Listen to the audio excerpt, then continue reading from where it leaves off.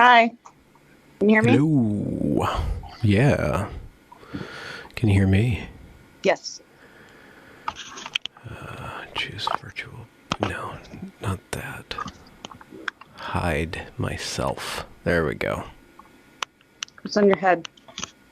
Is it a squid devil? Wait, what is that? I think it's a lobster, no? Is this too fruity? I don't know. Ask Dr. Erin Shaft. Whatever her name was. Melon Baller. What does she know about fruits? I don't know. How are you doing? I'm pretty good. Just, I've been working on a musical about my alma mater, the Evergreen State College, which is an interesting project. I've written a couple of kids' albums and a number of different, singy-songy songs and show tunes and stuff. But this is the first, cohesive grand opera that I've ever done. So it's stretching me in a lot of ways. So you writing the music for the songs too? Yeah, the whole thing. And the lyrics, the whole thing, just all of it? Yeah. Wow. Yeah. That's really cool. Yeah, I hope so. I really hope so. And if it's a success, then I'm going to do Turf Wars, the musical. And I think there's a part for you.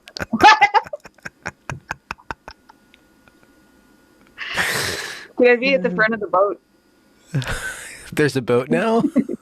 Right? Like some sort of it's like shock troop? a battleship. And then I'll be the mermaid at the front. Oh, really? The battle mermaid. Yeah, the bare-breasted... what do they call those things at the front? Is there a word for the ladies on the front of the... Oh, I don't know. I think there is a word for it, but I'm not sure. Yeah, I have to dust up on my Patrick O'Brien. How you doing? No, it's not travesty.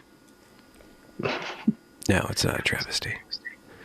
How am I doing? I'm doing well. I'm just, I recently moved, so I've been enjoying new place.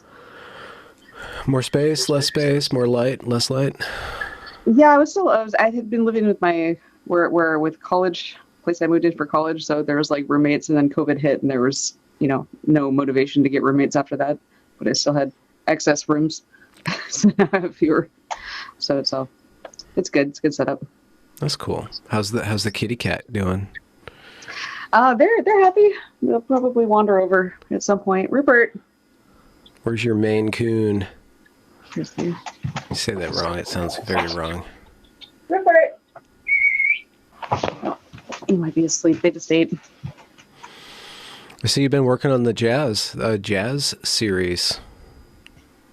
Yeah, I took a long break from that in preparation for the fact that season 7 was coming out, and it has not disappointed at all. No. I mean, it has. It's definitely disappointed. I should take that back. But it's so much worse than I thought it was going to be. I didn't know that it had the depths of depravity that we've seen. Yeah. It's beyond cringe, right? I mean, how do you respond to that? By cringe, by... I just don't know why Jeanette cares so much. Why does she want to know about Sandra's love life to that extent? Why do they all have a big discussion about it? It's just the red flags are overwhelming in this family, especially since Dad's a family law attorney, by the way. In California, right? No, they're in Florida. Oh, okay. All right. Which I've been made aware doesn't have our equivalent of a Coogan's law. So there's no guarantee that Jazz is going to get any money from anything up to age 18. Wait. They might just take it all. The parents? Yeah, he might have no money. And Greg has said that they are controlling his access to money now when he's an adult working for this show. So I don't know by what authority they have to do that. But that seems to be something they feel entitled to do. How old is Jazz at this moment in time? He turned 21 in October. Wait, and still has no access? That's what they said on the show, is that they're limiting his access to money to prevent him from overeating. Oh, okay. Or getting away. Yeah, and they also said limiting access to food, specifically separate from money. So he's quite controlled. They seem to go with him everywhere. He seems to never have a moment alone. And I saw some footage. I was just scrolling through one of your episodes. The rather large-looking, bronzed skin female is Jazz. Or is it somebody else? The Jazz is the one that sounds like a young boy. But When is he rather talks. Yes, he's filled out. 5'2" and 234 pounds, and yes, he has very large breasts at this point. Wow. So his BMI is 43. And the interesting thing about BMI gets a lot of criticism, but you have to understand that the short people get their obesity is underestimated, and the taller you are, the more your obesity is overestimated. So a higher BMI is actually much worse in a shorter person than it is in a taller person. Because of circularity or something? We just don't scale linearly. Oh, okay. So the taller you are, the higher your BMI can get before you're actually like metabolically obese. So you look obese according to the BMI scale. So you have to factor in height. So it's going to say that someone like Yao Ming is obese, even though he's just very tall. Whereas somebody who is very short, it might say that you're a normal weight, but really metabolically you're obese. And it's because that was normed according to people who are a certain height, a normal height. And so Jazz has that health risk, but is also on hormones, one supposes, some sort of hormone cocktail. He has to be at this point because he doesn't have testicles anymore. So he can't make his own estrogen. Otherwise, men can make their own estrogen. So he's... I'm making some right now. Probably, yeah. I don't know what I'm doing. It's rude. With it, but... It's rude to do it right now.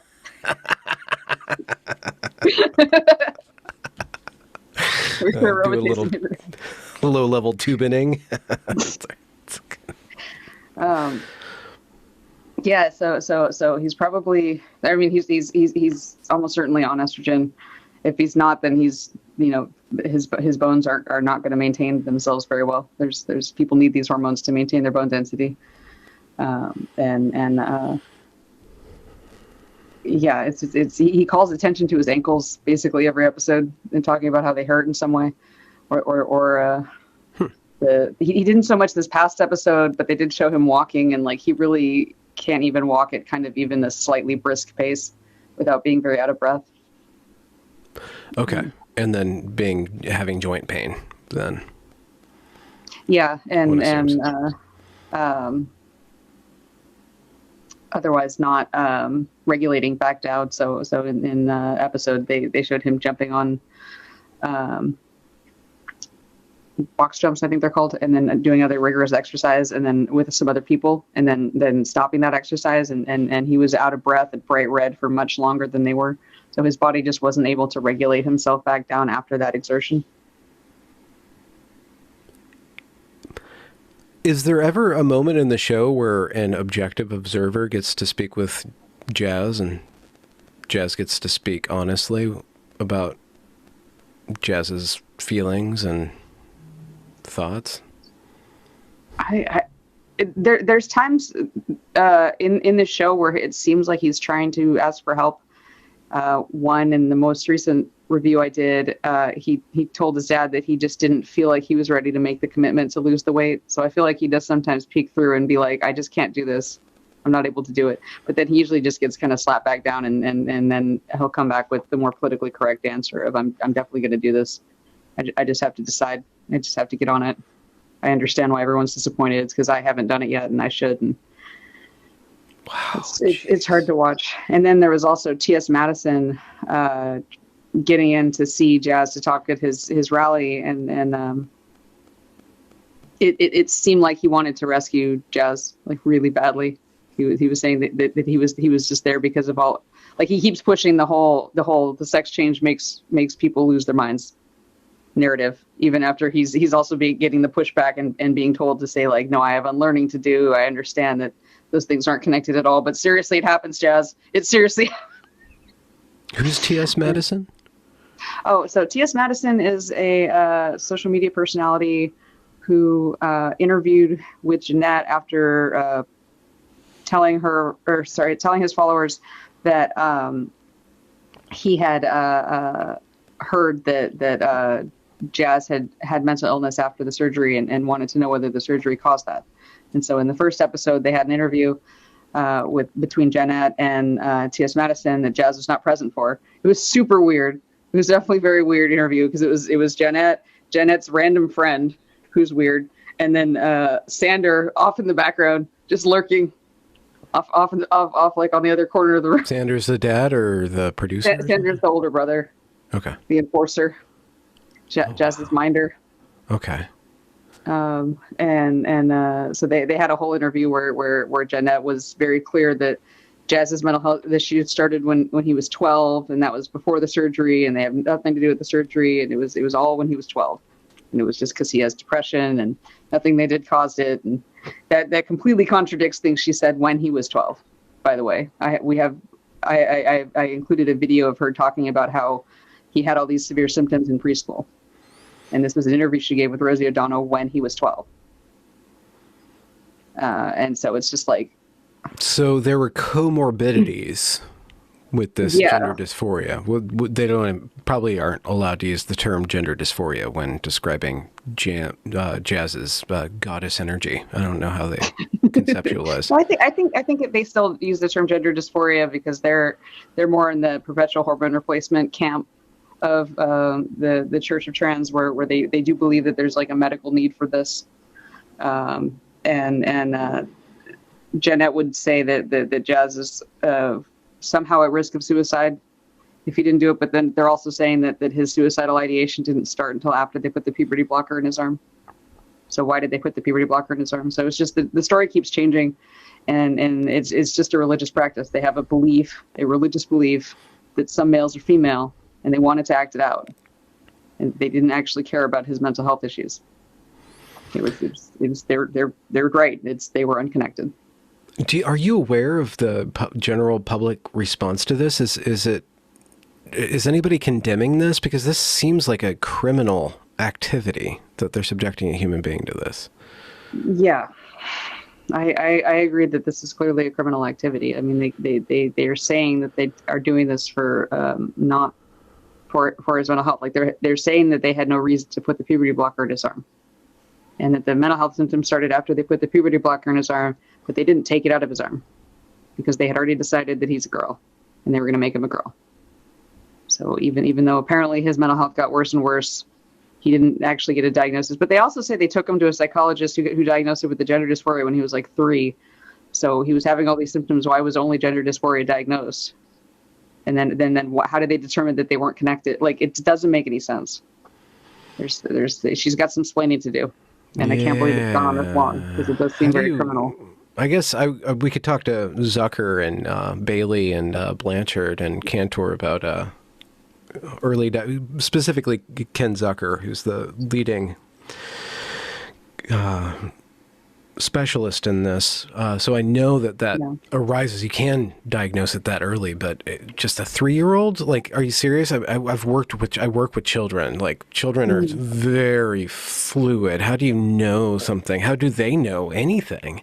Yeah, they're kids. You have to wait. They're not done cooking yet. Close the oven. Stop sticking knives into it. You're just going to ruin the cake. Oh, no. Or the quiche that identifies as a cake.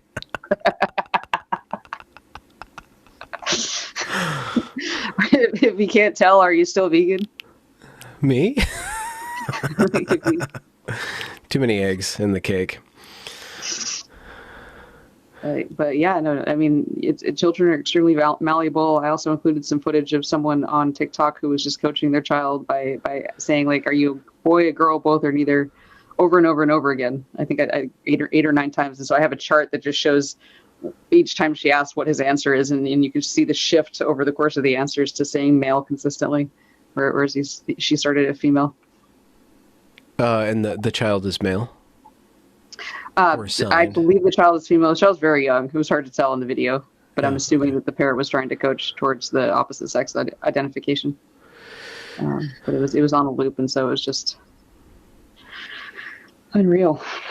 Do you think? Well, there's obvious. What do you think about parents that do that? Is it adequate to ascribe them some sort of disorder or malevolence? I mean, how do we conceptualize parents who are coaching their children to go down this path? I mean, I have to say that a healthy parent doesn't do that. I feel like a healthy parent recognizes that when they're exerting that kind of control over a child, and backs off, and it's only unhealthy parents that think that this is a reasonable thing to do. So I have to say there's what exactly is the problem there, whether it's like narcissism or some kind of developmental issue on their part, or true malice. They're trying to abuse the child. I don't think that they're all consciously trying to hurt the child. Some of them definitely are. Some of them are actively enjoying the idea of setting the child up for a lifetime of sexual confusion and trauma. They definitely like doing that. But I think other ones feel like they're entranced with the power of it. Like it's their first real taste of having that sort of power and control over another individual, and they just like it, and they don't see why it's wrong. They don't see how it's harmful. So it gets caught up, and a lot of them are repeating their own patterns that they were taught as children because their parents did the same thing. Mm-hmm. Mm-hmm. And if it wasn't, it's just odd that this, as you call it, the Church of Trans, is giving cover for some incredibly damaging, specifically with children. We've been covering this, but it gives cover to parents to do this to their children. Yeah. Someone else was like saying that we should plot the Munchausen by proxy diagnoses against the like trans clinic admissions and see if it's perfectly linear. Like it's why wouldn't you, if you wanted to hurt your child? Like why wouldn't you go this route? There's basically like nothing you can't do to them. You can sterilize them. You can shoot them full of drugs. You can tell them lies. You can get other people to collaborate in it. It doesn't matter how much you harm them. And as far as you know, these gender clinics aren't, or specifically within children's hospitals, aren't screening parents? Oh, yeah, I have no reason to think that they're doing a very good job of screening parents. Maybe they're putting some effort towards it, but it doesn't seem like it, especially since right now we're in a situation where courts are coming in and taking the teenager's word for it and using that to like remove the child from the home so that they can get the gender treatments. So it doesn't seem like what's the point of trying to screen for the parents if we've already decided the parents aren't valid? Who cares?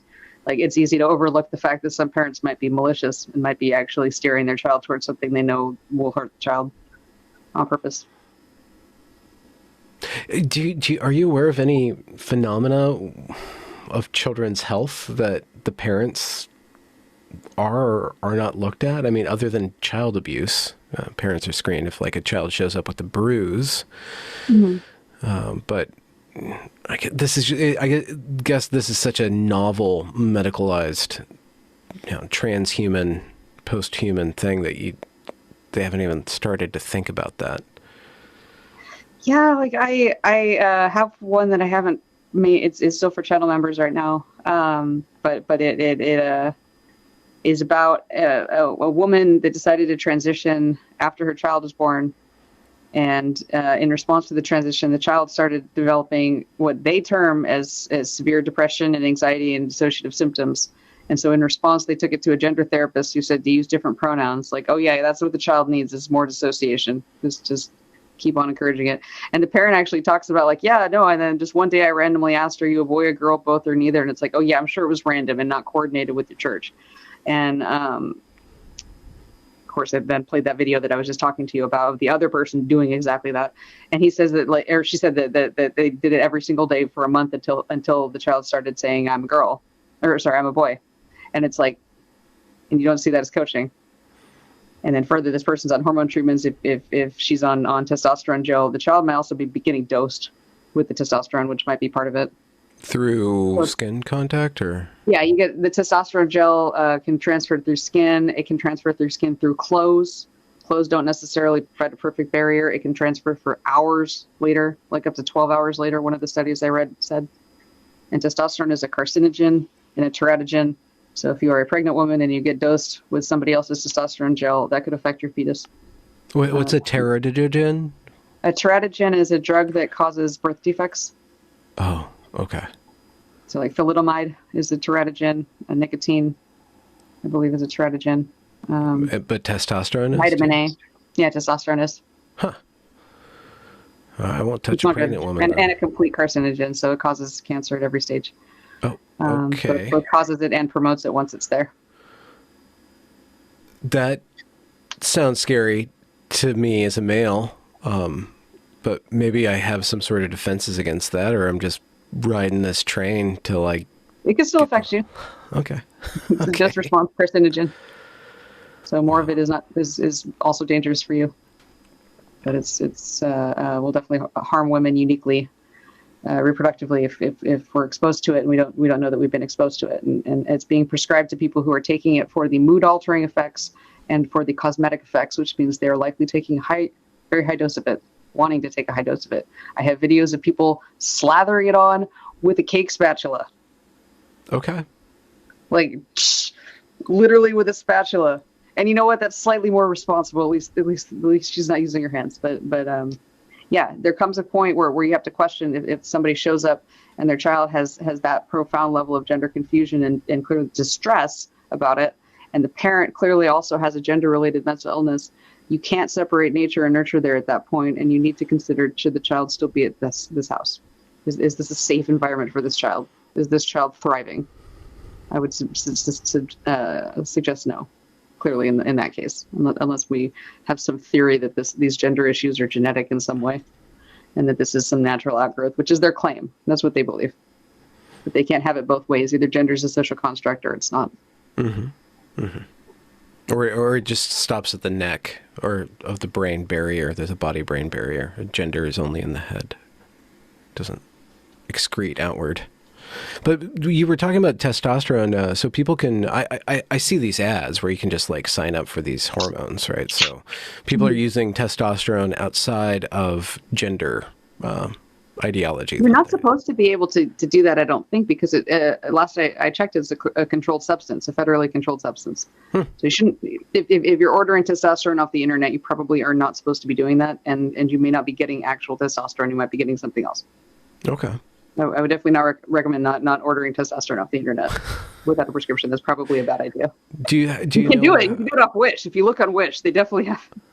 Yeah. They might also have some sort of like metabolic precursor to testosterone that would be legal, but I believe actual testosterone is still a controlled substance. Some sort of cholesterol, somewhere between, or trigger something that triggers the creation. You can definitely buy cholesterol. Yes, there we go. You can buy the precursor to testosterone for easily. Buy eggs, ironically. Do you know how they synthesize testosterone? Do they get it out of pigs or something at this point, or can they just make it? I think it comes mostly from soy. When I googled it, it comes from plant sources. They can synthesize it from that. Okay, because there's that whole soy makes effeminizes thing, so it can create either sex hormone or something. I don't know the research on this, but there's a meme out there. Maybe that was just estrogen, but I thought I had looked up testosterone to figure out where it came from. Soy or yams is what Google says. Yams were the other ones. Yams. Yeah. So basically, if the fruit has a Y in it or vegetable, if the Y, I guess the yam is yam a vegetable? I think it's a tuber. If it has a Y in it, you have to assume it's a male hormone producing vegetable. So raspberries? Berries don't count. Well, that raises some scientific inquiry. Somebody should look into it. Might be a 3-letter ones only. Yams. I don't know other. Well, we'd have to do some sort of word game. Here comes Rupert. It is there. Show me the paws. Yes. Wow. Fluff ball. He's so grumpy. Yeah, poor boy.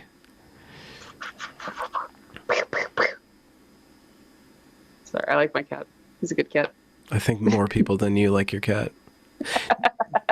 Are there big ideas you've been mulling over since Halloween? I had big ideas, but then I got the COVID booster, and now my brain doesn't work as well. Oh, your booster deboosted your brain? Yeah, it's getting better. It just definitely gave me migraines. Oh no, some sort of fog. It's like, I feel like I can't quite think normally. Getting out of it though, but there was like a week there between. It was right before Christmas, so. Oh, yeah. A little bit of a solution. Big ideas otherwise. I'm going to be talking at a virtually at some conference that I think is in Australia. I want to be careful though, because I referred to something as a New Zealand accent that was apparently not a New Zealand accent. And then I made a joke about it and somehow was like, I just offended people. It's impossible to not offend people at this point. It's like the Kiwis are a proud bunch, but yeah, should just expect that everything's going to be offensive to somebody. But so Southern Hemisphere is as close as I think. I'm pretty sure. I don't know. It's virtual. Maybe I shouldn't even say. But it's going to some kind of detransitioner thing. Then I also got contacted to get interviewed for some other documentary thing, and there's that. And then I'm working on a forward to something. So those are the big things right now. Do you have why are people contacting you? Like when you get requests like that, what is it usually for?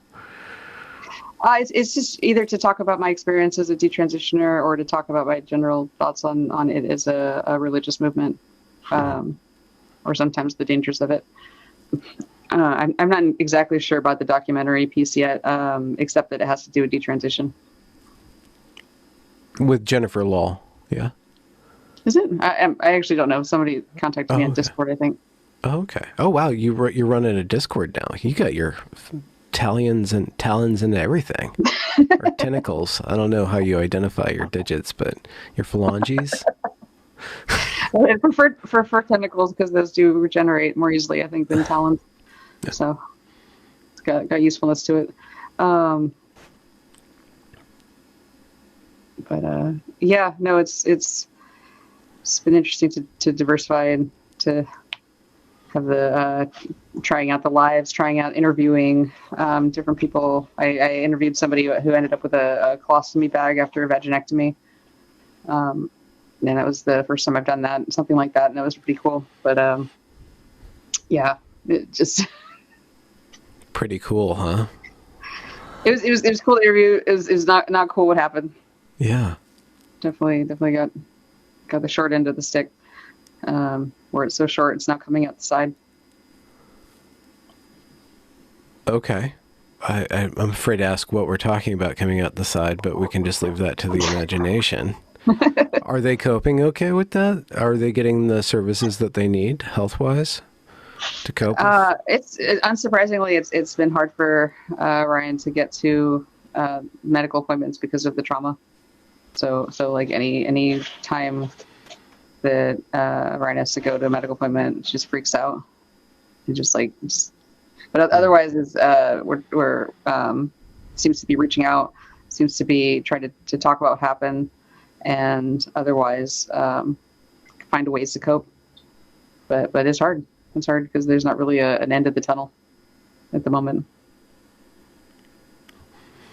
We've both covered covered. You went through it firsthand, the detransitioner angle on this, but you are really diving into the probably the most radical end of the pool that I haven't really ventured into. It gets pretty. I don't go on TikTok. I don't know what's going on down there. But do you see a change happening with people speaking out about it on that level, or being very proud about the problems that they had, like they're celebrating, like they're... I've definitely seen a few of the people that I've featured make responses to me, and I feel like that was a dimension that was missing before, of like them actually having to acknowledge that there's critical responses, and the nature of that, I think, really it's interesting because they clearly want to be persecuted, but the actual comments that they're highlighting all are just kind of consistently reasonable. They're like, wow, you mutilated yourself, you were tricked into cutting off your nipples. But being read in a very dramatic voice with like red lighting to make it sound like it's just like basically, I don't know. Yeah, so it's interesting to see the responses. So it goes beyond, does it go beyond, does it start to leak into self-reflection, or does it stay on some sort of embattled level, the communication you get back from those that you're exposing? I feel like it's a range. Some of them, it really doesn't seem to break through the mold at all. And especially one in particular, I'm thinking of, who has a history of sepsis, and sepsis causes brain injury, and people with brain injury don't have the best judgment. So she might be neurologically less capable of recognizing what has happened and my point.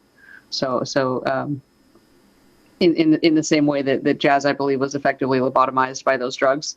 They've been hampered by these interventions and the consequences, so they don't have the same ability to get out of the cesspool as they did to get in. But some people, though, if they are ready, if they are trying to climb out, I feel like they're more open. So, for instance, Ryan is kind of in an interesting place where she's trying to mediate. Should I get out? Should I stay in? How much can I stay in while still getting out? Because I need to get out because this has horribly harmed me. So I just, for those people, I feel like it's really important to be a bit tolerant of the fact that they're not ready to let go of all of the ideology yet, and they're still trying to mediate what they can take with them and what they can't, and to try to just focus on helping them out, getting them out of the cesspool. But some people are beyond help. And it's hard to see, and I don't know how else to help them except by making them aware of alternate points of view. But even then, they might be beyond help. So your tact or your rhetoric changes when you assess where somebody is, I guess, ideologically speaking, stuck, resisting, or trying to break free. And with that said, how do you notice the glimmers of wanting to get out? What are some of the tells for that? And maybe that's based on your own experience or just your psychic acuity. I feel like I learn a lot by like the direct interactive process. If they're willing to have a back and forth with me, and they're willing to let me set firm boundaries and try to negotiate with me, versus are they trying to control me and dominate me, or just resist me, and just kind of get a sense of toward or away or with energy. And so if somebody is willing to be in with energy where they want to go have a back and forth that's mutual, where they're letting go of how it's going to unfold, they want to engage in a sincere interaction with me, that can be very fruitful. If they're just pushing me away or they're trying to come at me, that's much less likely to go anywhere. So it's kind of about feeling out, are they in a place mentally where they're willing to sit and mediate and reason? And then there's two alternatives where they're not ready to do that. So just speaking strategically, do you set up your content? I guess there's one group, one audience, the audience that you've attracted who are concerned about this or who are watching the circus. And, they're outside of it or they're affected by it because they know somebody or they're a parent, or they're gender critical, there's that who are kind of outside of it. So when you make content, you have them in mind, but you also keep your subject in mind when you're speaking about somebody. You're speaking to them. Is that how you approach the content? Yeah, I kind of go back and forth. Sometimes I do respond to them in the second person and I'm addressing them directly. And then other times I'm expanding kind of like as a Greek chorus on whatever that is they just said. Because I believe that people can learn a lot from seeing the second person back and forth too, and watching a constructed debate. It's not a real debate because they're not actually there, but I'm kind of responding to them as if it's a debate, as if it's an argument. So there's a rhetorical back and forth where people make inferences about how I got from point A to point B, that it's faster to do it that way than to try to explain it. I can just kind of demonstrate it, and the people that are interested in learning from that can learn from it. And you've had people more than less respond to you when you speak about a subject or their allies come after you, but you're getting engagement from that group, not just from those who are against the church, but the church itself, the acolytes are... I sometimes get engagement from people who are either kind of on the edges of it or who are still in it, but I've gotten a few who are grateful, saying that they had been thinking about getting these surgeries, but then they watched the content and then they were like, oh, I didn't realize that it could be such a nightmare.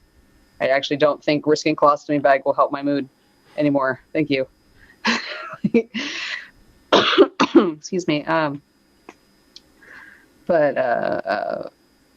And then I've gotten some people who are more solid, like it's kind of a range, and then people who just think I'm Satan. So Are you? It depends on your religious beliefs.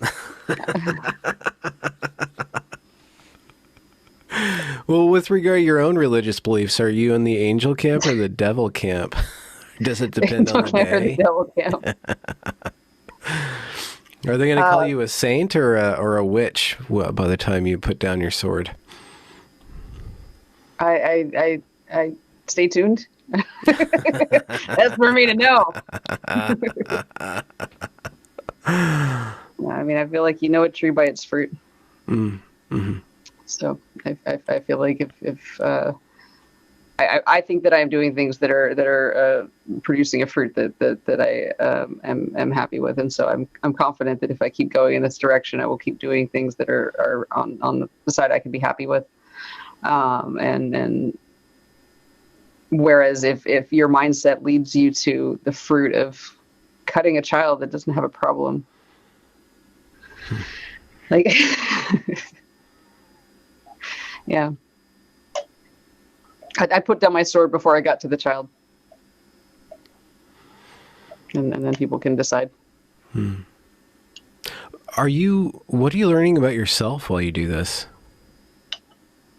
Like, are you learning you're a good actress? Are you learning like little nooks and crannies of your own personality because you're doing this thing on this weird medium? Yes, it's been fun. It definitely has taught me a lot. Just the process of seeing myself on video and seeing like what my affect is actually like on an extended period of time, and seeing myself stutter, for instance. That's really helped me not try to avoid doing that so much, which has really helped me just kind of relax and talk more freely. Because ironically, despite being a speech therapist, I didn't get a lot of like stuttering therapy myself until I was, in my after speech therapy school, when I knew that it was a thing really that I could get help for. So there's a concept of covert stutterers. So some stutterers get really, really good at avoiding the stutter by changing what they're about to say and sensing it. So, but it's actually very distracting and tiresome to do. Yeah, it's a lot of extra really processing. Nice. Just like what we're talking about the language level of gender ideology. It's causing us to waste a bunch of brain power.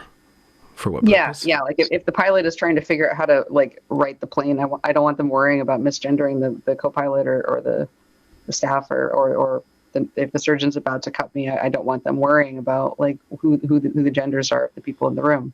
Like, I just don't want it to matter. It's not about right or wrong. It's just I don't want it to matter. Right now they're trying to make it matter. I don't want it to matter. The insistence on look at me front and center, think of me all the time this way is a problem.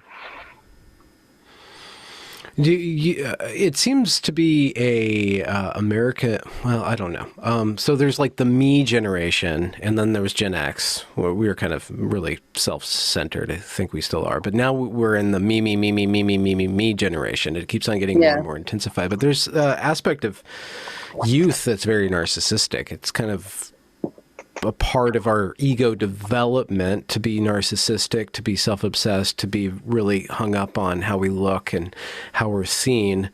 But for some reason in our culture, we've expanded the time of that development indefinitely and say that that's kind of the end in itself rather than seeing it on a continuum. Mm-hmm.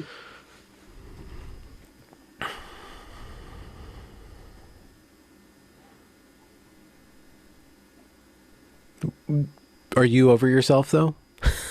Am I over myself?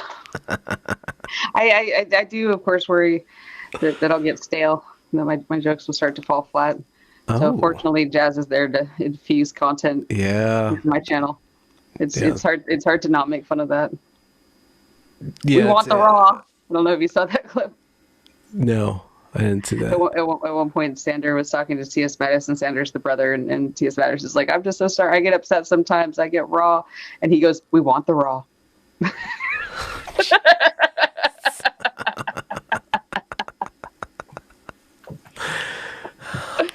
They just sound like the worst kind of CIA torturers. It sounds like they're just running some sort of psyop without really being cognizant of what they're doing, but I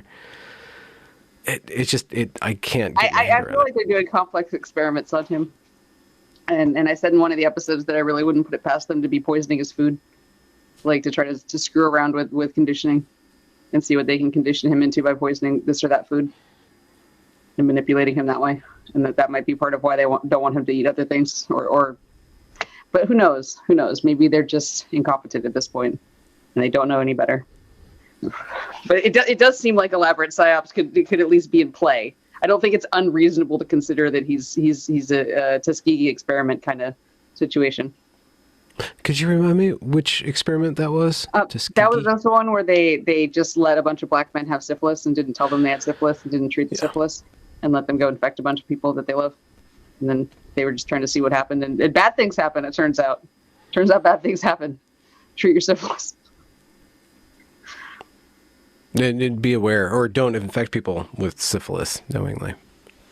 Yeah, that's also generally a good life strategy. But but they did that, and they knew that they were doing that. So it wouldn't I wouldn't put it past whoever's managing Jazz at this point to be wanting to get the most out of continuing to experiment on this child that's been extensively experimented on.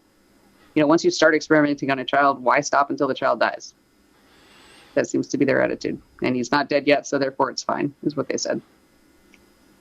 Are there moments where the people around Jazz crack or get can't suppress questioning or feelings of regret or disgust at what's going on? The cracks shown? There seems to be a lot of immediate pushback because there was at one point a couple episodes ago he said he was talking about some difficulty he had, and Jeanette immediately said, "That's not a transgender thing. That's a you thing." And it's just like, just very aggressive, just very, very like we're gonna drive it home that any problem you have is not the result of any transition related anything. So if there's any cracks, there's mechanisms in place that seal the cracks quickly. Yeah. And, in the next episode that I haven't responded to yet, they say that he's taking like 17 pills a day, which is it's a little unfair to say the number of pills because that doesn't really tell you what dose of each pill. So is it worse to be taking 2 50 milligram pills when your dose is 100 milligrams versus one 100 milligram pill? But in any case, like he does seem to have trouble waking up. He does slur his speech a lot on the show. He does not seem to want to be too active. They go on and on about how medication is the only reason that he's not having whatever mental health crisis he was having. And not the cameras following him around and him being a poster child for... having to talk about his surgically created pseudo-vagina in front of a crowd of people. Jazz is giving talks like that? Or yeah, in one of the more recent episodes, I believe it was the same episode where they took him to the nutritionist.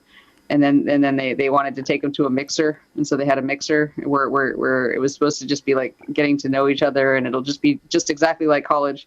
And then he had to get up and like do a Q&A where he was asked about his vaginoplasty and whether it lived up to his expectations and it was everything he ever dreamed. And he's up there saying like, oh, it's exactly, I feel this perfect concordance with my body now. And it's exactly what I always wanted.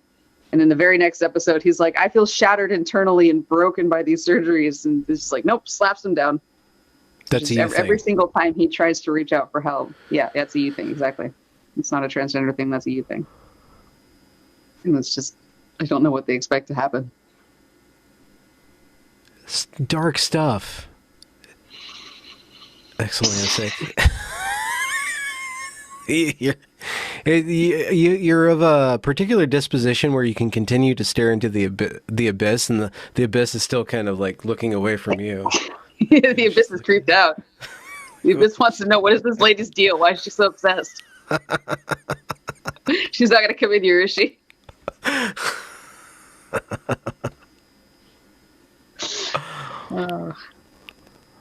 Yeah, I'm I don't know. I don't know what it is. It's just something about wanting to peel back the curtain. Some pathological need to peel back the curtain. You've been doing a lot of these interviews too. Are you enjoying them? going on all these strange channels and stuff. I mean, I guess I'm one of these strange channels. Getting passed around like the belle of the ball. I have to have my moment. That's right. Haven't I earned it? This is especially interesting being on Jesse Lee Peterson's interview. I don't know if you saw that one, like at the brilliant racial scientists in his audience were both determined that I'm faking being Native. I'm just another white woman faking being Native, but also look how obviously Jewish I look. Look, she's obviously Jewish. Look at her bone structure. It's like, make up your mind. Do I look white or not? Pick a way. So other than that, it was actually they were kind of pleasant. I don't know. Well, are you talking about like the commenters, or like did you go to a studio audience? No, he had an audience in the premiere. Oh, okay. In the premiere, yeah. Yeah. No, I didn't go to a studio audience. That'd be cool though, but COVID's terrifying. Someday, maybe you'll get on Dr. Phil. He'll try to fix me. It'll just be an intervention. It turned out to be all of my subscribers were the same person. Oh, they were one donor, massive donor, like it's some bot farm donor. Yeah. No, but that would be interesting to do something like that. I just feel like what I have to say is something that once you hear it the right way, it just kind of makes sense, and then it's hard to go back. And people seem to like how I'm delivering that message, so I'm eager to go and keep spreading it. And I'm relatively, compared to a lot of women, I'm in a fairly secure position. So I don't some of us have to dig in our heels if we can. And for the people in the back, what is this message? The message is that we need to end attempting to change people's sexes. We need to stop trying to do that, especially children, especially mentally ill, but just in general, it's a fool's errand. You can't do that, and it only creates problems. And furthermore, the people attempting to do that compromise a religious movement that is attempting to drain the treasury to fund their religious pursuits, and we can't allow that. Do you see that this is tied to a deep human impulse? Some sort of like it's a recurring human impulse to do this, or to I don't know whether it's hubris or mastering reality or becoming a god or something like that. Do you see it echoed in mythology or other stories from the past? Or yeah, I think that there's a profound human desire to understand why some people are men and some people are women, to understand life, to understand the meaning of that, how much is from social interaction, how much is biological. There's a human impulse to understand and to possess. There's additional impulses that are sexual in nature that may differ, and there's also the representation of gods as merged entities in some way. Because there is that confusion about like, well, how can we both represent God? And so I feel like that's a question that a lot of religions have come to different answers about, and a lot of the answers they came to are combining males and females in some way, or giving male gods the properties of female gods, somehow marking them as divine by contrasting them with humans. There's something really profound that you just said, that if we're both, I'm going to paraphrase, if we both are made in the image of God, then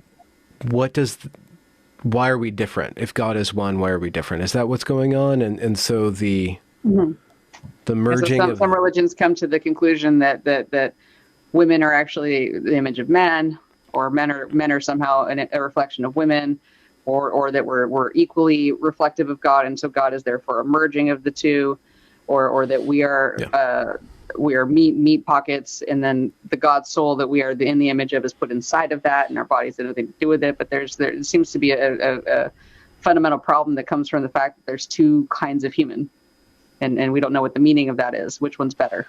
There's an impulse there to figure out which one's better. And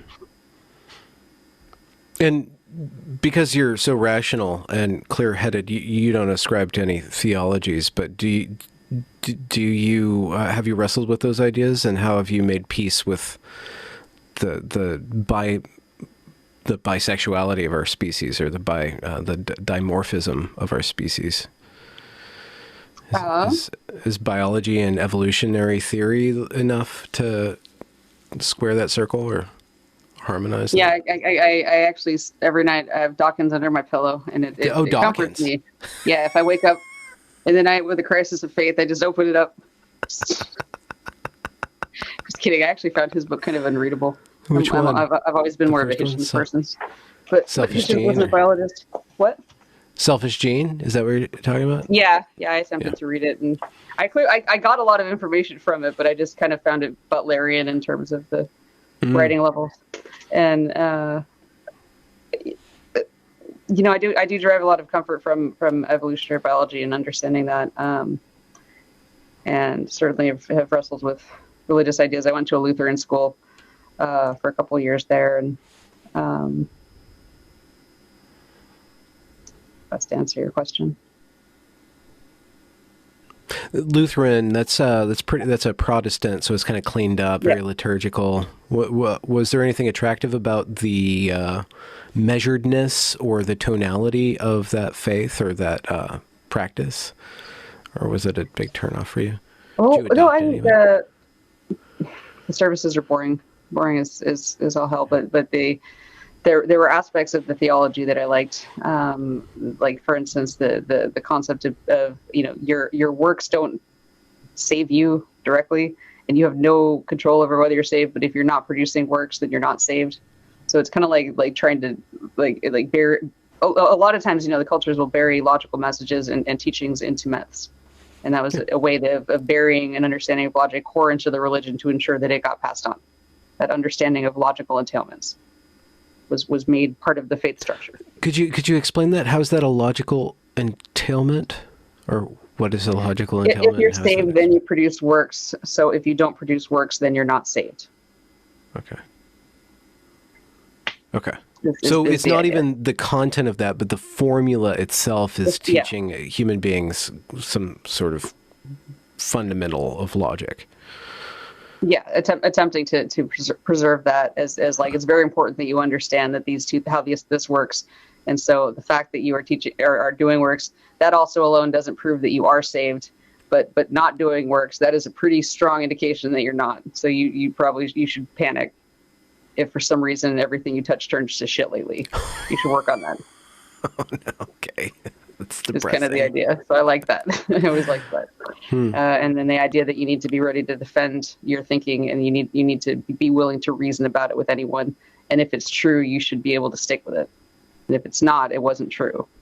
So it's just there was I felt like a lot of, at least in the branch that I was taught by the teachers I was taught it by, there was a lot of logic built into it, and a lot of like we're gonna hammer out what parts of the faith are logically coherent, and then also know where they end, kind of, if that makes sense. And we're going to try to rest our hat on something that we feel is logically coherent and unassailable, at least, because it's in the domain of faith. Okay. Do you see a similar structure, if not even the glimmerings of a similar process within the Church of Trans? Like some sort of theological parsing out of these modalities? I feel like perpetual hormone therapy replacement people, that they have a more Lutheran-esque view of trying to figure out like an indication, a logical connection between these hormones that we want to take and the changes we want to see. And so they're the branch that seems to come up with the more interesting theories about like how we might all be chimeras, and maybe you need the hormones for the XX chimera in your brain because you need that. Your brain needs that hormone, but your body only makes the hormone. So I feel like they try to actually hammer it out logically, whereas the Church of the Non-Binaries are more interested in kind of a paganistic. There's demigods for all this stuff, and then the gods just explain it. That if you need to explain something, just attribute it to this or that god possessing this person. And how do those two branches or theologies manifest in behavior, in group behavior? In what Is there a behavior? difference in group behavior? How do they end up? Behavior. Does it affect how they end up processing information, meeting each other, arguing with outsiders, arguing with each other? The tonality, the intensity, the fundamentalism. Do you notice a difference? I see. One thing I see the most quite often is Church of the Non-Binary is attempting to tell Church of Trans, which preceded the Church of the Non-Binaries by quite a while, that they're already part of it, that it's all one big umbrella, and or that non-binaries are the same, and that all non-binaries are trans, and so they're trying to really attach their brand around. So they're kind of like trying to do it to the Greeks what the Romans did, where they just kind of copy the pantheon into the larger pantheon and say, we already believe what you believe, so why bother worshiping the old groups? But otherwise, I feel like they all the groups kind of know that they're collectively agitating for social power, so they cooperate more than they might once one of them really gets some power. Okay. And from what we've seen, or what you've seen, what we've all seen and been looking at, what do you see as the conditions for social power? I guess the health minister of the United States being trans, is that a precondition? That's one example. I was thinking more like social power of being able to direct everybody to collect pronoun information and then redirect services based on what pronouns people identify as, or in terms of allowing people to change their identification on their ID to non-binary. That gives the people, the representatives of the non-binaries, social power, political power, to determine what does it mean that such a class of people exists and how do we treat them. So it's that sort of thing, or the social power of being able to integrate restrooms according to this or that. So some people may not. There may be disagreements between the Church of the Non-Binaries and the Church of Perpetual Hormone Replacements over which trans-identifying males are able to use female-only spaces. And what the cutoff is, because you might find somebody who's in the perpetual hormone therapy replacement who's not comfortable with males who have not done anything in those spaces. I kind of feel like I remembered Noelle, who's a Jess, trans-identifying male, saying something to that effect of like just not liking. Well, he didn't like drag, for instance, because he thought that they were imitating. So you might see some internecine action there. What's your take on the drag phenomena prior to the trans church going as big as it has? Has it changed over the years? I think that it's definitely changed and become more of based on what's been on jazz, especially, but in general, just that it is also becoming more of an organized thing that's taken a lot of religious significance for a lot of factions. It started with just kind of as a send up, or at least there's a contingent of it where it is just kind of a genuine send up of female and male mannerisms, which I personally believe have a lot to do with the difference between connective tissue strength and flexibility of males and females. So I think a lot of the sashaying, I don't think that is purely social conditioning. I think it is more natural for women to move in certain ways and for men to move in certain ways. And then drag queens imitate that. Yeah, if you ever accidentally looked at a female's buttocks as she walks, I'm not saying that anybody should. Never. Yeah, I'm not some loathsome male. Yeah, but it has this like lady gay. infinity, hypnotic. Anyways, I don't suggest it'll suck you right in, but it's not just connect. There's some sort of connective tissue. There's one right now. I actually have a treadmill that faces a mirror, and then I have another mirror on the other wall. Yeah. It's perfect. Yeah, it's great. I never have to leave my house. You just speed walk and hypnotize yourself. You get stuck in some sort of mind loop of ass chasing. I don't remember most of 2018. You should have waited till the pandemic to get caught.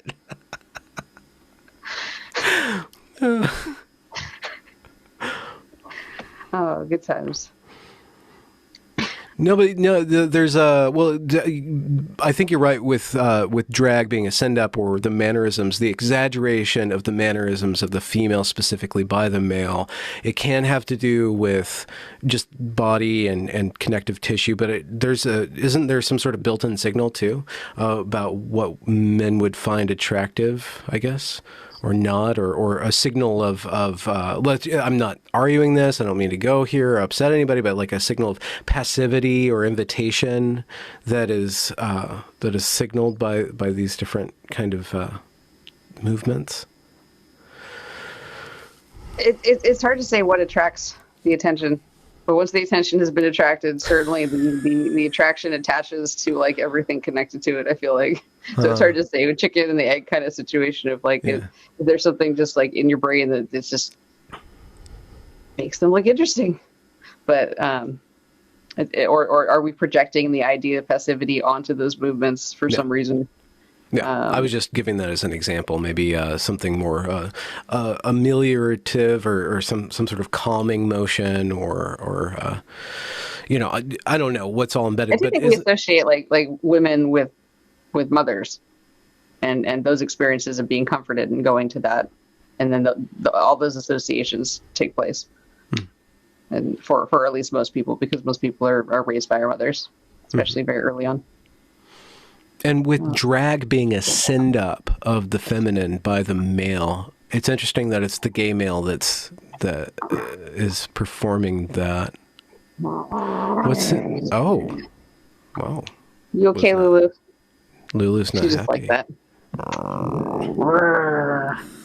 Oh, it's what are you so happy about? Who's that man you're talking to?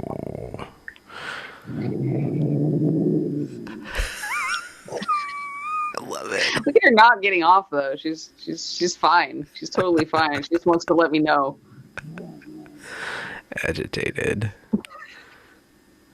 She's the funniest cat. And you're gonna have to get off if you're just gonna growl. You're gonna ruin my interview. But building on the drag thing, how has that changed over time, and how does that relate to the Church of Trans? Or how has the drag changed over time? So like it exists in gay culture because we are presented with an idea of how romantic interactions unfold that is based on a heterosexual dyad, and then we want to perform one side of it, and we want to be the side that the culture tells us represents the side that the people we want to be attracted to us, that they're attracted to. So we dress up as the other sex in order to attract them. And it's kind of like, and there's probably something very biological about wanting to do which side of the mating dance you want to do that we don't fully understand, but we know that that's very cross species for one, and that we can induce, for instance, insects to do the opposite sex mating dance after they're already the sex they are. So we don't really understand why some people want to take the more active role or not. We don't. I assume that there is a degree of biological there, but humans are also very highly conditioned and complex. So we're not fully either. Once you're past a certain level of cognition, But that doesn't necessarily. I guess it might have come from. I mean, homosexuality one, and then we know that a lot of children or youth that have gender dysphoria, that naturally resolves, and large amount of those individuals end up becoming gay. So there probably is some sort of relationship to gender dysphoria that trans is related to somehow ideologically or experientially, but I just wonder if those things are in tension now. We see the tension politically between the homosexual community and the trans community with regard to who's fighting for what rights and the erasure of sex, but there's also a kind of a lived experience, and then how that resolves or doesn't resolve, whether the various different trans interventions or just by the acceptance of this is who I want to be in this mating dance. So this is what I'm attracted to, and so this is how I adapt to that by expressing more femininity or expressing more masculinity as it suits me. Is there a fine line there that people that we need to shore up, or that is at risk of being demolished and harming the homosexual community ideologically? Or The fine line between trans and drag. Yeah, trans and drag, or the masculine and the feminine as expressed by homosexual males and females, and then the trans co-option of the entire thing into. Yeah, I mean, like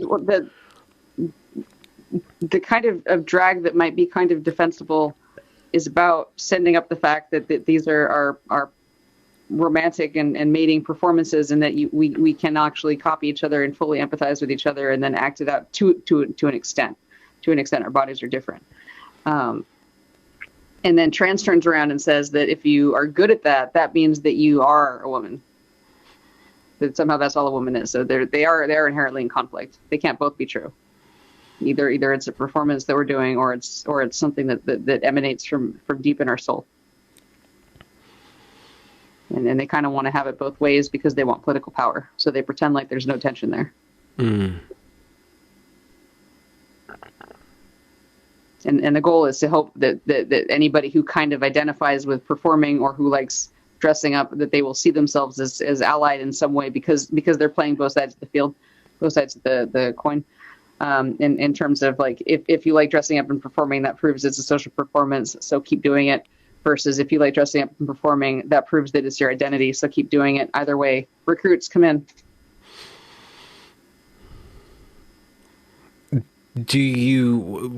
But eventually those tensions are going to become manifest, and we see they are becoming manifest, or like I don't know if you watch RuPaul's Drag Race or something like that, and I don't know the relationship between RuPaul's Drag Race and the trans movement, but it seems like there's a lot of tension there that is probably politically expedient to ignore or brush aside, or.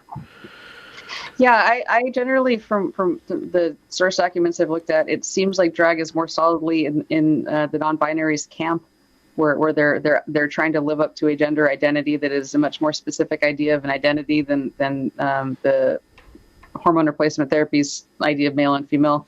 Like their idea of identity is like a gremlin, basically, a specific. You put water on it at a certain time and it becomes something else, or. Is that what gremlins do? Were we talking about like Goblin? The movie? I'm just talking about like a little some sort of entity that would have a very, very specific traits like agender or gender fluid or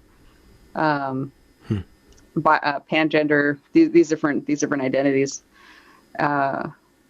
and so they. It seems like the Church of the Non-Binaries generally is somewhat overtaking trans because of the claim that, you don't need to do anything. So people are more readily willing to identify. And so I've seen claims that like 20% of people in some polls are saying that they're non-binary. And so it's an absurd number. However, because of the lower buy-in, they might be less radicalized than the hormone replacement therapy contingent. Sorry, I'm sorry that broke up. What were you saying about less radicalized? Because of the lower buy-in to say I'm non-binary, they might be less willing to support extreme policies. I don't know, though. Yeah. Well, it's a generational thing. 30%, like some insane number of young people. I mean, not insane, I'm sorry. If it is, it is. But they're all identifying as queer. An adolescent number of young people. An adolescent number. A burgeoning adolescent number of young people. They're identifying into queer, but what does queer really mean? Is it a status symbol? Is it a fashion symbol? And does that necessarily do in your point of view, is that necessarily lead to or provide cover for the abuses that we see via medicalization? Is there a way to fight that, or do you stand against that? Is that just a cultural thing that you're like the kids these days, whatever? Labeling some kids as queer in the sense of the idea that they therefore might need these surgeries is definitely a vehicle for medicalizing them and for legitimizing these horrible interventions. Because once you label a kid trans or genderqueer or something like that, the sky's the limit on what that might entail. It is they treat it like a cancer diagnosis. Like basically any horrible like butchery might be justified if you get diagnosed with cancer in order to extend your life just a few weeks so that you can see your kids walk the stage or something. That logic works with cancer. And that's how the logic that they're applying here is that if you get diagnosed with gender dysphoria, you've been diagnosed with feelings cancer. And so any butchery is justified. So it's really, really bad to let the medical industry or just start going along with the idea that this child belongs into this category. You don't want to let them label kids like that. They can dress as they want. I'm not saying that they have to dress a certain way. Mm-hmm. Yeah, self-identifying as a cancer patient can't necessarily lead to the correct amount of radiation exposure that you're going to want later on down the road. That tenant, I just read there was this trans athlete, male to female, said something and got a stir out of a bunch of people, GC people on Twitter, which I think you got kicked off of Twitter for some. Yeah, I got kicked off of Twitter. Just don't reply. I'm on Getter now. Okay, she's on Getter, guys. Go get her. And then I went to this trans athlete's pinned tweet, and it was this statement of faith that if you as a parent, if your child comes to you and says that they're trans, you have two choices. You have a trans child or a dead child. There's no way around that. And okay, but that, just as a statement of faith or logical, like is that not some sort, like, go back to that Lutheran thing, you know, like we're saved by works or faith? Isn't that kind of statement of faith? Basically, yeah, it's like child without trans is dead. So it's just this idea. The idea is that if the child possesses this internal kernel of transness, you either let the transness out, or the child will become dead. And there's no other option. Like you can either cut the sapling or let it grow, is the idea, is the claim. But of course, okay, it's not a natural growth, because you are asking us to disrupt natural healthy development. It's very, very different from that. And there's, you know, they like to say, like, we'll just put them on puberty blockers, that we're not putting them on any hormones yet, but puberty blockers are a hormone. It is a hormone, so you are putting them on hormones. Well, do you know the chemics? It's called gonadotropin-releasing hormone analog, and it is a chemical substitute for gonadotropin-releasing hormone. The name of the hormone is called gonadotropin-releasing hormone. It's right in the name, and the analog is 20 times stronger than the natural kind. And your brain areas need a fluctuating level in order to develop correctly. And so when you stick a puberty blocker in the arm, it's not releasing the gonadotropin-releasing hormone at a fluctuating level. It's releasing it at a continuous level. Very high. And so this is the equivalent of keeping a plant in the dark while it grows. Plants need a fluctuating level of light. Your hypothalamus and pituitary need a fluctuating level of gonadotropin-releasing hormone to develop correctly. Develop in what way, I guess, just to function correctly, or is it tied to grow and to mature correctly? Okay. Because just like with a plant, as you're growing, it needs to have some things happening during the day in response to light, and then it also needs other times where there's not light and there's different setup and other things happening. Like plants don't flower unless it's the right amount of light and temperature, etc., or etc., whatever. But do we know to what extent what areas of the brain or what processes of the brain are underdeveloped, like language centers or spatial reasoning or anything like that? Have we? We know from conditions like Prader-Willi that this disrupted metabolism of gonadotropin-releasing hormones specifically screws up the development of the hypothalamus specifically, and that this leads to very specific behavior problems, specifically overeating. Massive pathological overeating. They are never full, and it's because it causes desensitization of oxytocin receptors on the hypothalamus to not have this gonadotropin-releasing hormone metabolized correctly. So, in other words, people with this don't feel comfort from eating. They don't have oxytocin receptors. They don't feel comfort when they eat. So they eat and eat and eat. They're trying to comfort eat. They physically can't comfort eat. It causes other problems too, but that is the mechanism that we know, and we know that it's caused by the same hormone. Okay. And we also know that puberty blockers predict significant drops in IQ from before and after. Not just plateaus, but drops. Yeah. And that can't be recovered by, I don't know, like a cocktail. The ones I was puberty looking at, they didn't go back to, they didn't bounce back after the puberty blockers, at least when they did the follow-up studies. Yeah.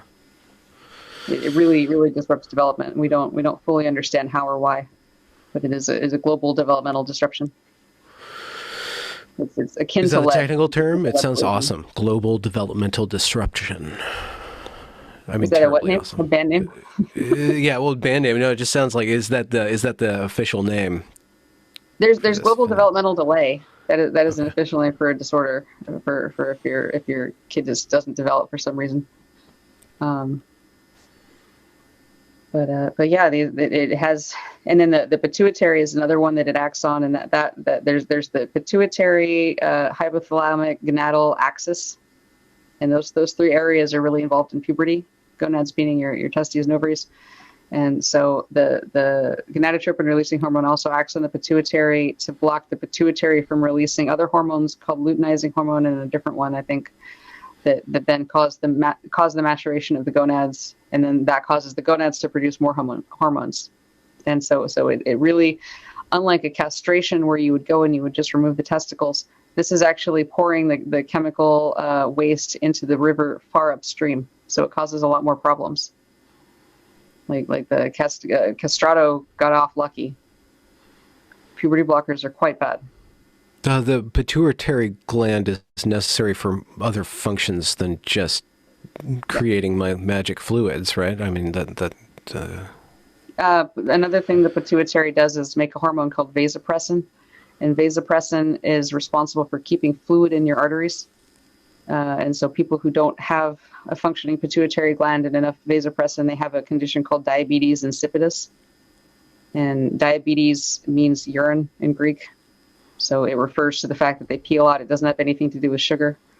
But you don't have the hormone that keeps the fluid in you. So it's basically like if you're on a diuretic all the time. And so they can replace that hormone with a analog and treat it that way, or people who have it just drink a lot of water. But people get it after head injuries a lot. And so it can cause other problems. The pituitary is up here? Yeah, I believe both the pituitary and the hypothalamus are right about here. So it's kind of like right where a lobotomy would be if you did a lobotomy. Like seriously, like it's unreal what's happening. It's just a chemical lobotomy, and it causes a lot of the same problems. I don't know why we don't have a model, like just a 3D model for informed consent purposes of all these different systems and how they are all related, and then how stopping one stops these others and interrupts these other things. So we're going to have to plug you in with these other drugs we know. It seems like the science is playing catch up to what science is doing. Unless they already know. They already figured it out. They already know how to fix all these problems. They definitely don't know. Okay. They don't know what they're doing. They're experimenting on healthy human children. They don't know what they're doing. They don't have the data sets. Pretty soon they'll be experimenting on data sets from animals. It's considered ethical to do this sort of experimentation on animals, but it's never going to be ethical to do it on humans. They're children. They're human children. We don't know what we're doing. We can't know what we're doing. They're just trying to find out stupidly. But thousands and thousands and thousands of children are getting the chemical lobotomy.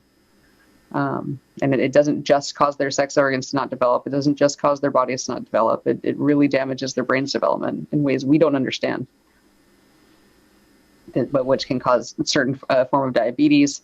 It can cause pathologies related to the hypothalamus that might cause overeating, other things. Like the list goes on. I feel like I wake up in the morning and every day it occurs to me to Google some other research thing of like, oh, I wonder if it affects this system. Surprise! It does. Oh, does it affect the structure? Oh, it does. Wow. Like, why wouldn't it? It's such a profoundly important hormone. Yeah. And it's all to solve or to correct somebody's brain being in the wrong body. I'm sure they don't. It's to help their mood. It's to make them feel better. It's a pick-me-up. It's for emotionally disturbed kids. It's the same reasons they did lobotomy. Mm-hmm. What about, a healthy adult, let's say a female, wants to have a bit of tea on the weekends, like instead of heroin or cocaine, just like get a little hit of tea and go on the town. I mean, is that starting to happen? Like some sort of weird... I wouldn't be surprised. Yeah. I wouldn't be surprised. I remember when my ex started tea, how much she liked it. So, and it gets very, very promoted, especially with the T gel and how easy it is to take a hit. I've seen videos of women saying, "Oh, just go on T for like a month to get more hog to work with," was the quote. What's hog? Do I want to know? When you take testosterone, you get something called bottom growth. And that's where the head of your clitoris enlarges. Oh, and it's okay. well, the whole thing probably enlarges, but that's the part they see, and it's very painful. But afterwards, it's permanently enlarged, and so that's the selling point is to just take it for a little bit so that your genitals get deformed by it. That's not Freudian at all. But does the pain go away, or does the nerves like populate, and then you have an extra? I don't have good information about when the pain goes away. My understanding is that eventually it does, and that part of the reason it may go away is because they lose sensation, which I suspect is from pressure issues, because you are growing something that's inside of something that's not growing. So there's compression issues that can lead to loss of sensation. Sorry to go here, but you brought us here. What's growing inside of what? And I'm sorry, but the whole clitoris is expanding, but a lot of the clitoris is inside of a bony structure. Oh, because of its that's location. where it was. It was in a bone the whole time. I was looking for it. Well, the outside is the head of it is not that is outside, and then the inside is quite large. We have about as much erectile tissues as males. There's large and bulbous, and it goes down on either side. Yeah. Okay. Of the canal. Yes. Okay. And then it goes very deep. Also, it goes deep inside the pelvis. So all of that grows when you take testosterone, and they see the head of it growing, but the back of it's also growing. And so if any of that puts pressure on the clitoral nerve, that can cause loss of sensation to the whole clitoris. Mm-hmm. Okay. But that doesn't happen when you're a teen girl, because the rest of you is also growing at the same time. Okay. And what about the bone? Like the pubic bone it's wrapped around the pubic bone? What are you saying? Or it's inside the bone? I believe it's like kind of in the sides, and then it goes through. There's a part that goes through. I'd have to look at a better anatomical drawing. Okay, that's just all the ones I can picture. This already has the outer side removed, but I would actually need to see one where you could remove it layer by layer. I didn't know we were doing here, but thank you. You look like you saw a serial killer. I'm just processing the erectile tissue. Little did you know. You also have some in your nose. At the same time. Like I have a dick in my nose? Is that what you're saying? Yeah. So if somebody's rubbing their nose too much, that can be a sign sometimes. Of what? You can't see it from the outside. Of growth, or of so it's a very masturbation small amount. To pick your nose. I don't know if it's connected to any nerves that feel that, but it is tissue that can swell. You also have erectile tissue in your face that can. Oh, okay. We're just talking about erectile tissues. Okay, yeah. Okay, yeah. Okay. I mean, you might have a nose pick too. I don't know. You might have absorbed your brother. I haven't checked. No, you tilt your head back. I might be able to. And that's not doing on camera. Let's leave that for your medical probing. Yeah.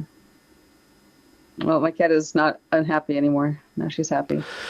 There we go. We can relax. She just needed to hear about a pussy, and then she's like, "Okay, I'm a part of the conversation now. I'm sorry. Mm-hmm. Please, sorry." She doesn't fear your dick nose.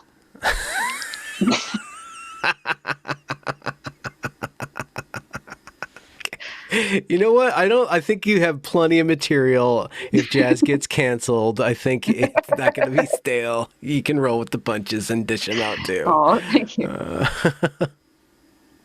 Hey, I have a question. Do you prefer Mercedes-Benz or Rolls-Royce? Or neither?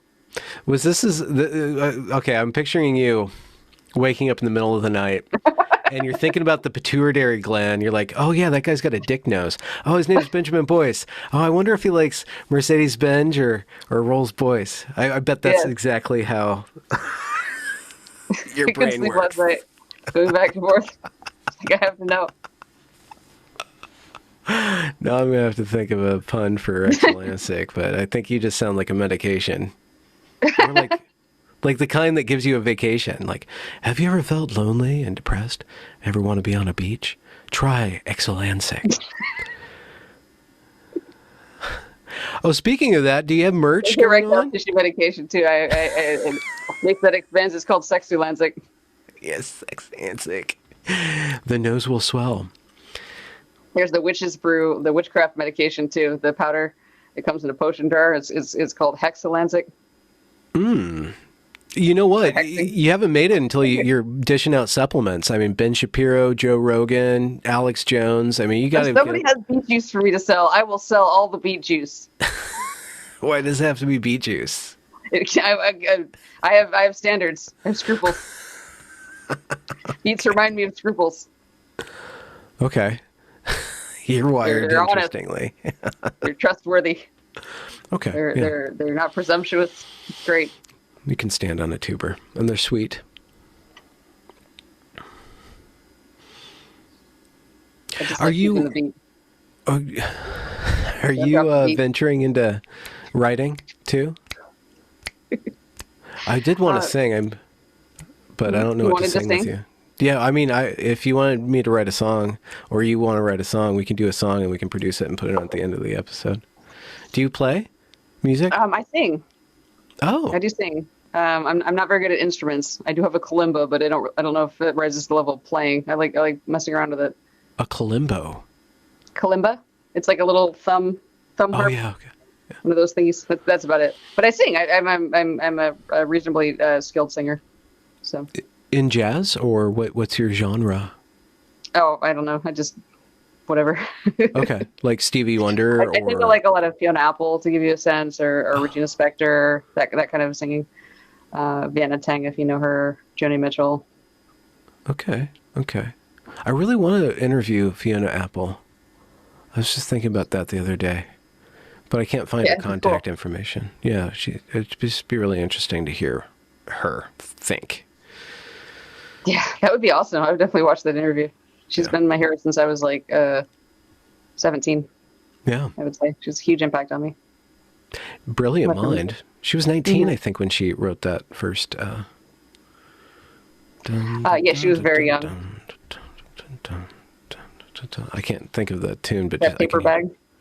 bag. Shadow boxing, baby.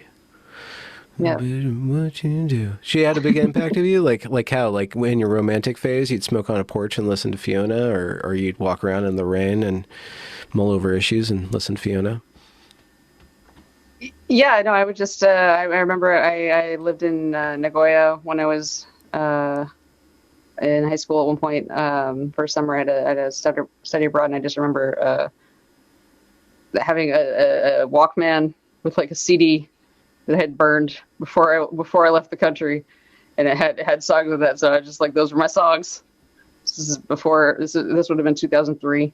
So this is before any cool modern stuff, at least that was affordable to me. So I think Not Baby Anymore. What was that song called? Was it actually called that? That might have been the title or not. I don't know. But there was a song that had that lyric that I remember just was like really, it spoke to my sense of teenage alienation a lot. How does it go, though?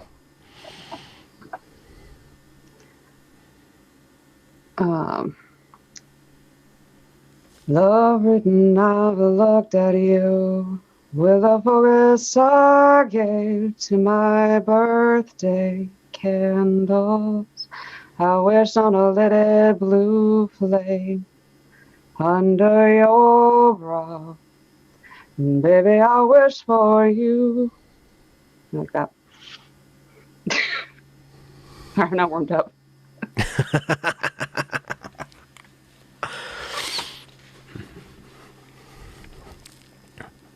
Are you writing, or are you content with speaking? I'm trying to get more into writing because I told somebody that I would help write something for a forward to something, but it's just video. There's more immediate reinforcement, so it's just It's addictive. easier. Yeah, it's nice. And Were you ever big into writing? Yeah, I know I've written a lot. I have a number of short stories floating around that I've written over the years. Poetry and songs, things like that. Yeah. It's all secret. It's a secret box. Yeah. Floating around in the ether. Oh, it's Somebody's got to like Google find it Docs, or somehow. I have a number of journals somewhere that have a Okay. lot of writing. Some of which was enhanced by circumstance in college. That's a loaded phrase. If you want to be enhanced by circumstance, do it in college, though. That's what it's for. Mhm. Yeah, I mean, what else are you going to do? Learn? You're in college. Do you have any plans for 2022? Any vision? Pardon? Do you have any vision? I'm doing this musical. I want to try to get it Oh, done right, by yeah. May, but it's a lot of work. I don't know if I'll be able to do it. It's a lot of work, but I think I might be able to do it. That would be nice to be done by May for the 5th anniversary of the event that I'm immortalizing in music. So Oh, cool. then What is the that event? the Evergreen State College in 2017 experienced a massive intersectional meltdown of catastrophically epic proportions. And I've spent the last 5 years assembling all available footage from it. And I have a documentary on that. And then Oh, I'm wow. turning the documentary into a musical. So after you watch the 24 episodes that this insane Evergreen grad put together, then you get to watch this totally insane musical version of it. I think it's just be the perfect. We should make an Eye of Jazz the musical. I'm saying Turf Wars the musical. Would that be funny? It's pretty. I I mean, just just imagine who gets to play Sander. Just wandering in like giant maybe an opera that would be better actually, jazz the opera where they're like well, I then don't know. you could probably go to Italy and find a castrati still, right? They're still around, right? Or did they I mean, there's discontinue? natural castratis. We could probably just like screen for them and just fund their musical education. We Huh? start now. What's a natural castrati? Like somebody drank too much whiskey and Uh, jumped off of a roof? Congenital gonad problem. Oh, So okay. they just don't go through puberty because like maybe A they got DSD. testicular cancer when they were 8 and they got their testicles removed, Okay. something like that, or All right. they were in a horse accident, got Okay. stepped on. But Well, I we mean, find one of those, we send them to Juilliard. yeah. By that time, you and I will have finished Turf Island the musical, so we'll be ready for I Am Jazz the musical, and the culture will be primed for it because They're the trans gonna be stuff ready. will have finished, and they will be ready to reminisce. I'm serious. This is a religion. All these things, social justice or critical theory, CRT, this trans stuff, it's all a religion. All we need to do is turn it into a religious ceremony, and then everybody can actually see it for what it actually is. Well, both of Yeah. its beauty and its pain and its ugliness and insanity, but all the whole package, rendered as a human production. It's unreal what is going on. Well, you're in it to win it. Hmm? You're in I'm in it. it to laugh at it, definitely. Okay. Oh, that's what I was going to tell you about Skinner boxes. Do you know about Skinner boxes? That's not from Yes, Skinner, the psychologist. Dune movie, is it? What is the Skinner box? A Skinner box is where you have a box and you like take a pigeon and you put it in the box, and the box is like a tube that food pellets can come down through. And if you just send food pellets down at random time intervals, the pigeon will decide that whatever it did last was what made the food pellet go down. And so they'll end up with these conditions like behavior chains where they're trying to make more food pellets come down. So they're like acting in very superstitious ways that are purely conditioned based on like what they happen to be doing randomly before the food pellet randomly came down. And then you can also use that same technology deliberately to teach them to accurately sort pictures of trees that they've never seen before into the tree category. Like you can show them 4 pictures and have them pick out a tree and like pass a CAPTCHA if you train them with these food pellets. So I feel like there's 2 settings in the world. There's the religious organizational framework, and then there's the scientific framework. And so, yeah, a lot of these things are religion. When you're not pushing against religion and embracing science and secularism, whatever movement you're in is going to fall back into religion, I feel. Just And because you're going to get random reinforcement from society. Okay. So in this definition, the Skinner box or the religious imagination is formulating superstitious actions in order to... Yeah, we have Inside an of impulse to think specifically. that if something good happens, it's because of something we just did. Okay. And if something bad happens, it's because of something else, and to otherwise form conditioned associations based on non-scientific reasons, where they're not really knowledge. Okay. Unless And we're so talking... social movements might evolve like that, and operate according to superstitious, where the people nearest to each other agree on what superstitious things cause the bad things and cause the good things, but it's not really stated because it's functioning more like a religion and superstitiously. But because they were all near each other when the conditioning happened by society and time and coincidence, they all kind of are on the same page about what not to do. But for the rest of us, it doesn't look rational, and it's not clear.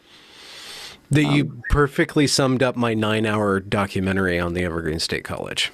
That's exactly what happened. They were conditioned to see certain stimuli and then react to it. And so somebody invented the stimuli of a black body getting questioned by police late at night. And then they've heard of black bodies.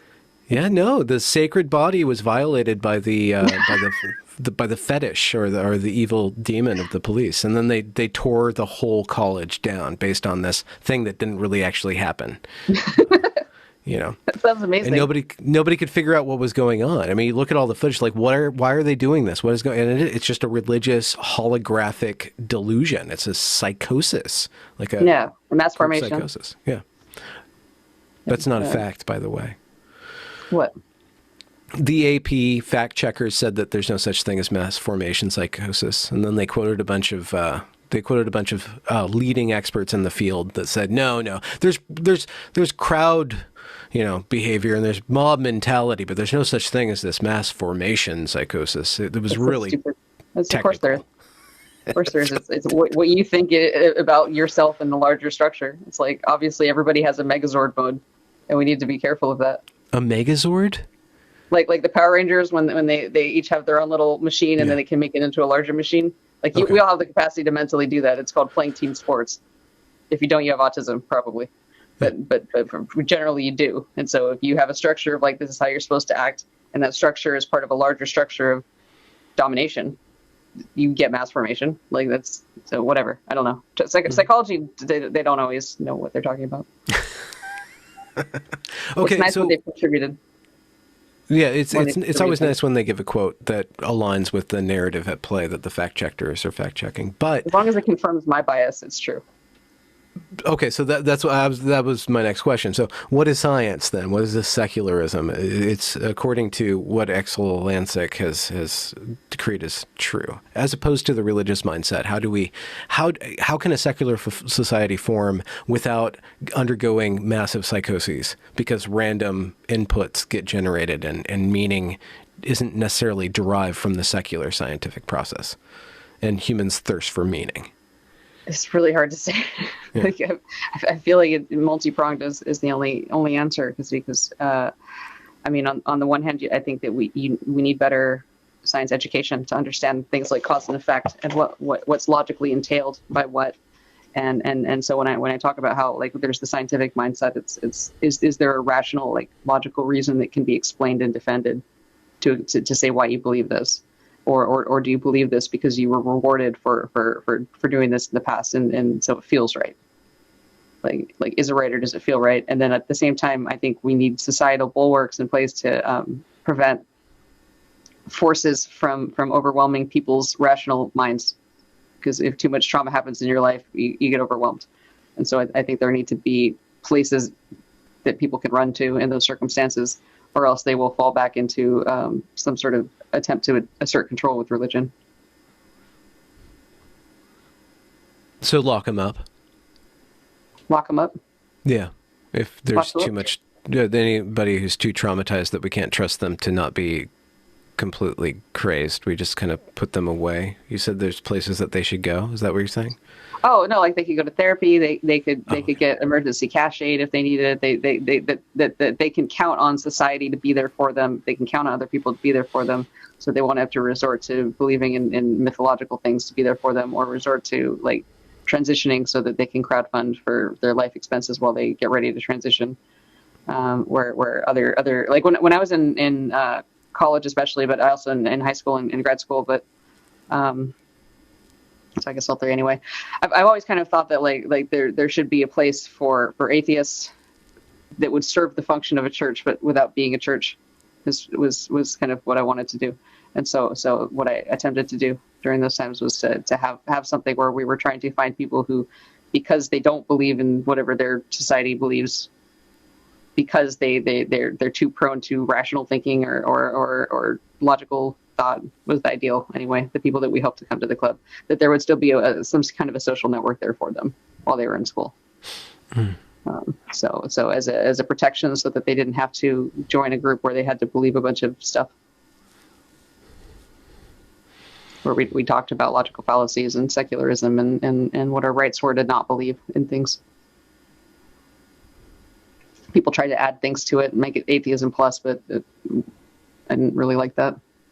Why are you not prone to going that direction? How do you not end up wanting to put a plus on your atheism? I just think it's important to be clear about what it means to be an atheist, and how it is just limited to, like, you don't have a God belief, but please don't make assumptions about me based on that. And so I think that when you try to tie it to, like, other things, it's like, what's the point of chaining that to atheism? So I don't really see a point. If you're going to organize around atheism or secularism, then there's not really a point in something adding other things to it. You can defend those things separately. You can certainly have a feminism club. Obviously I'm not anti-feminist, but if I'm defending why it's okay to be an atheist, I don't think it helps to tie it to a religion, or not a religion, or a political perspective. Is that going back to Dawkins and Hitch? Was it Hitch or Hitchens? Hitchens. What was cool Christopher about him? Hitchens. Yeah, we have to remember. We have to be specific too. There's Christopher Hitchens. There's Hitchens the better, or Hitchens the greater, as they say, and then Hitchens the lesser. So Peter Hitchens is the Kirkland brand Hitchens. I don't like him. Brother. Okay. Yeah. Okay. Anyway. Kirkland. All right. Kirkland Hitchens. Okay. Yeah, I get it. It's just that I figure out my regional grocery stores to price that one out. But what was so cool about Christopher then, that you enjoyed about him? He's really funny and really good in debates. I just loved watching his debates. I used to just watch them on a loop forever. The way that he could just cut right to the heart of the other person's confusion and bring it out so cleanly. Are you, to wrap up this episode, are you going to read me my tarot? Is that what you're doing? Are you shuffling your tarot deck? I just picked up a fidget. I thought it would have been awesome if it turns out that you're really into tarot cards after all that talk about it. No. I had a lot of exposure to tarot cards, so I could read your tarot. You appear like a tarot card. Every time I see you, you look like a tarot card. You have a tarot card. Yeah, like a tarot card. If someone wants to make an Exulansic tarot card deck, I'm in favor. Merch! That's what you have all the different wigs. All the different genders surrounding you and the different positions of the zodiac and whatever. Yeah. But no, I don't have any tarot cards. I have a cat. I can read your cat card. Probably gonna come up derp cat. Wait, are you gonna like show me the entrails and read my fate? Don't do that. Don't waste the entrails on me. I think it was don't waste the entrails, not don't waste the cat. Don't waste the yeah. Waste the cat. Just save the entrail. Put in the freezer. Well, no, we can turn them into guitar strings and use them in our musical. That'd be really sad, but. Oh, if you want to make an opera, you're gonna have to break some eggs. Hilarious. Well, we should jam. If you have ideas, give me some ideas. I'm gonna start generating it. I might have ideas. I have a lot of silly ideas. No, you do. That's one of your hidden fruits or whatever. Or swollen fruits. I don't know what kind of hormone you took to. They're undescended fruits. Oh, okay. No, they'll drop. though. The album will drop. The oven will drop. Bread everywhere. What? Jesse was right. Sorry, did you see the Jesse Lee Peterson interview? Because he goes on at length about how women don't contribute to pregnancy. We're just an oven, and he puts bread in the oven. How did you respond to that? I was just like patiently trying to explain no, but like seriously. like completely deadpan, just like assuming like, wow, I just gotta explain. And he kept with it. He kept with it for like 7 minutes. It was really hard. Why? To keep a straight face? It's so hard. What do you say to that? It's such a bit of a minstrel show. I just wanted to see how far he would take it. He's such a freaking troll. It's great though. There's no other point to being alive in this generation. I've decided. I decided long ago. It's the highest calling in life is internet troll. I was raised in the crucible of the internet flame war. Just don't get banned, man. That's your one job. Don't reply to people on Twitter. If you get back on Twitter, just ignore replies. They'll kill you from the replies. You can do whatever you want into the void. You just don't argue. Okay, that's good advice. I may also be on Twitter. I'm afraid to confirm or disconfirm if that's me. Okay. If you want to stay there. Get bananated. That's what. Well, people love you, though. You're a force of nature. People love you. People thank you. Clamored to have you on my show and then hated me but loved you and wanted you back. So I've tried to stay absolutely still. Feeling. No, I don't care. Like your group is not my fan base, but I'm trying to serve them. So I tried to ask quicker questions and stay still so I don't annoy them. But why don't you say goodbye to the audience and we'll stop the recording. Yeah, grapes. Bye. It's been great. It's been great chatting. I didn't expect to sing today. I'm a little terrified at the response there.